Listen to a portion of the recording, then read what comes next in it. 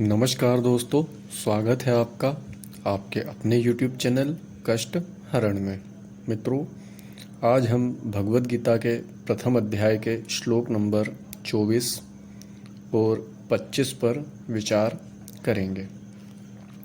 संजय उवाच एवमुक्तो ऋषिकेशो गुडाकेशेन भारत सेनयोरुभयोर्मध्ये स्थापयित्वा रथोत्तमम्। अर्थात संजय ने कहा, हे भरतवंशी, अर्जुन द्वारा इस प्रकार संबोधित किए जाने पर भगवान कृष्ण ने दोनों दलों के बीच में उस उत्तम रथ को लाकर खड़ा कर दिया। तात्पर्य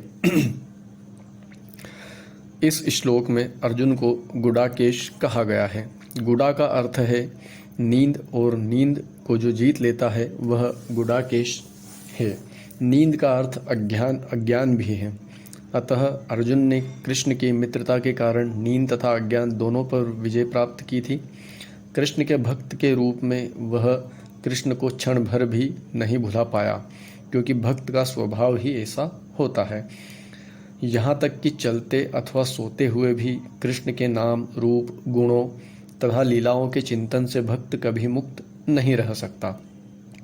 अतः कृष्ण भक्त उनका निरंतर चिंतन करते हुए नींद तथा अज्ञान दोनों को जीत सकता है। इसी को कृष्ण भावनामृत या समाधि कहते हैं।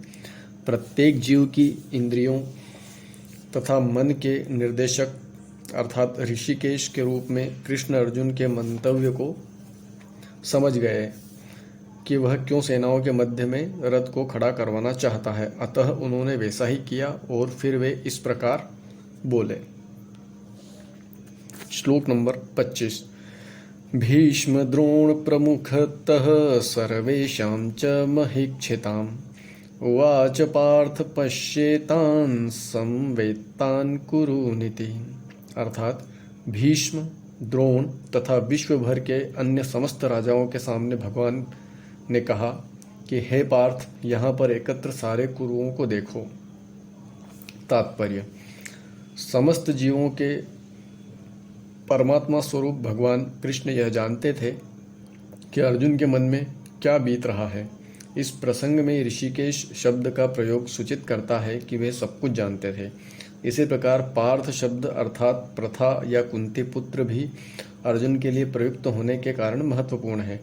मित्र के रूप में वे अर्जुन को बता देना चाहते थे कि चूंकि अर्जुन उनके पिता वसुदेव की बहन प्रथा का पुत्र था, इसलिए उन्होंने अर्जुन का सारथी बनना स्वीकार किया था। किंतु जब उन्होंने अर्जुन से कुरुओं को देखो कहा तो इससे उनका अभिप्राय था, क्या अर्जुन वहीं पर रुक कर युद्ध करना नहीं चाहता था? कृष्ण को अपनी बुआ प्रथा के पुत्र से कभी भी ऐसी आशा नहीं थी। इस प्रकार कृष्ण ने अपने मित्र की मन स्थिति की पूर्व सूचना परिहासवश दी है।